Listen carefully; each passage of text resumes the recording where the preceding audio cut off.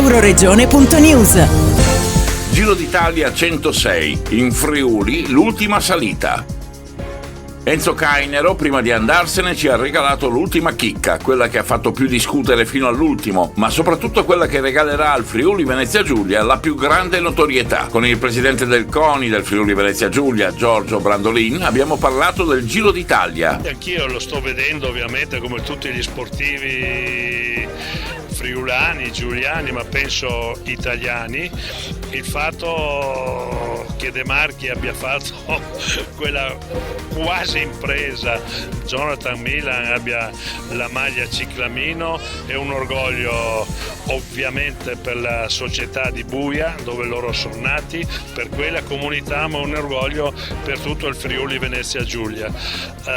Io ovviamente sono orgoglioso di loro, perché sono, tra l'altro, ovviamente uno giovanissimo, uno meno giovane, persone molto disponibili, attaccate alla loro terra, e in particolare Jonathan è stato il nostro portafiaccola per l'inaugurazione dei giochi EIOF che abbiamo fatto a gennaio, per dire che sono ragazzi che sono sempre a disposizione anche degli altri sport.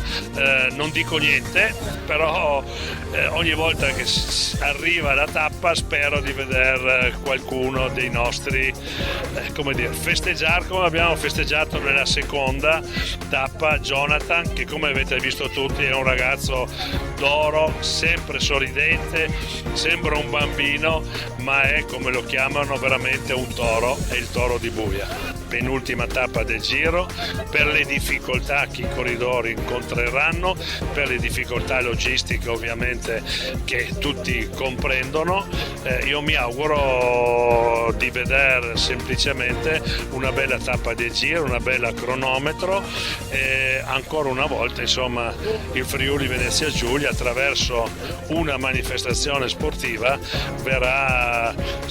mostrerà all'intero mondo, non solo sportivo, ed è quello uno degli elementi importanti dell'attività sportiva. Attraverso lo sport il Friuli Venezia Giulia si sa far conoscere.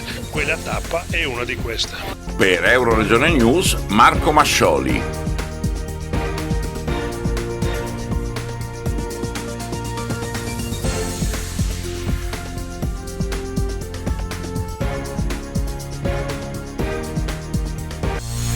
Euroregione.news.